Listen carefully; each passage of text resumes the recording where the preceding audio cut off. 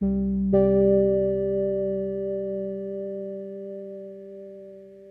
objective of the work packet 2 is to describe and validate technical solutions for the sensorization of photovoltaic power plants whose operation will be monitored by digital twins.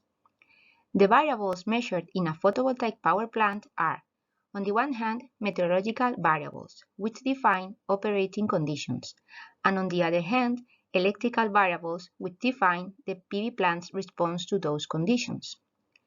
In relation to the electrical variables, PVOP recommends adherence to IEC 617241 standard, which specifies the accuracy requirements for the measurement of currents, voltage, and powers.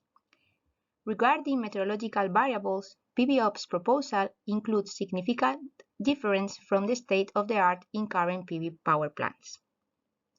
In relation to irradiance, it is conventional to measure global irradiance on the horizontal plane and on the plane of the PV generators, both using standard Class A pyanometers. What PVOP adds is, on the one hand, the decomposition of the global irradiance in its direct and diffuse components, and on the other hand, the measurement of the effective irradiance, that is, the irradiance corrected by spectrum, incidence angle modifier, and soiling on the plane of the PV generators. For the decomposition of the global irradiance, it happens that there is a new generation of commercial instruments that are appearing today precisely for this purpose. This argues that the guidelines outlined in PVOP are consistent with the perceived needs of the PV power plant market.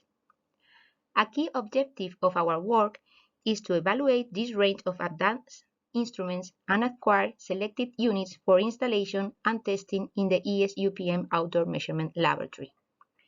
In the current offer, a distinction must be made between solutions based on a single instrument capable of measuring the global and diffuse irradiance, and those that use a standard pyanometer to measure the global irradiance and another instrument to measure the diffuse component.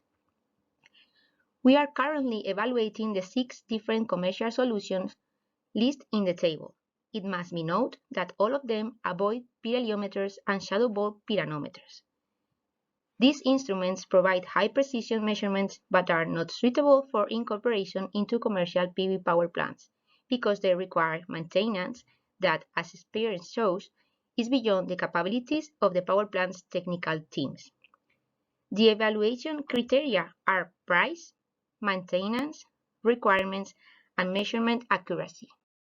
Accuracy is evaluated by comparing the global and diffuse irradiance given by the instrument under evaluation with the corresponding values given by the paleometer and the shadow bulb pyanometer already existing at the ESUPM Outdoor Measurement Laboratory. These instruments provide measurements of the direct and diffuse components, and the global irradiance is derived from the so-called closure equation, once the sun elevation angle is calculated as a function of latitude and time. As a representative example, this slide shows the results for the SPN1 pyanometer. This instrument uses 7 internal sensors and a mask printed on the glass-covered dome, designed to always have at least one sensor fully illuminated by the sun and another fully shaded. This way, this instrument directly measures global and diffuse irradiance without the need of moving parts. The slide shows the observed results for a clear day and for a day with clearings and clouds. Accuracy is better than 5% except for the very low values of diffuse irradiance in clear days, which are of minor relevance. This slide shows the instruments we are currently being installed in our outdoor testing facilities.